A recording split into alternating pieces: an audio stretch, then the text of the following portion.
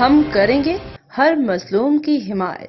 السلام علیکم، میں ہوں حرین فاطمہ اور آپ دیکھ رہے ہیں حمایتی نیوز HD چینل۔ نظر ڈالتے ہیں آج کی اہم خبروں پر۔ جامعہ مجددیہ نعیمیہ میں سالانہ نتائج کی تقریب، زلف مبارک کی زیارت، ڈپٹی کمشنر ملیر کی شرکت۔ ملیر نوری جامعہ مجددیہ نعیمیہ گلشن نعیمی کراچی میں سالانہ امتحانی نتائج کی تقریب منعقد ہوئی، جس میں نمایاں کارکردگی دکھانے والے طلباء میں اسناد اور انعامات تقسیم کیے گئے۔ مہمان خصوصی ڈپٹی کمشنر ملیر سلیم اللہ اوٹھو تھے۔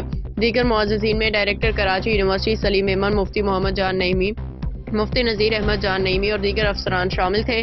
تقریب کا روح پرور لمحہ اس وقت آیا جب ڈپٹی کمشنر کو حضور اکرم صلی اللہ علیہ وسلم کی زلف مبارک کی زیارت کرائی گئی۔ اس موقع پہ درود و سلام کی صدائیں بلند ہوئیں، حاضرین پہ رکعت طاری ہو گئی۔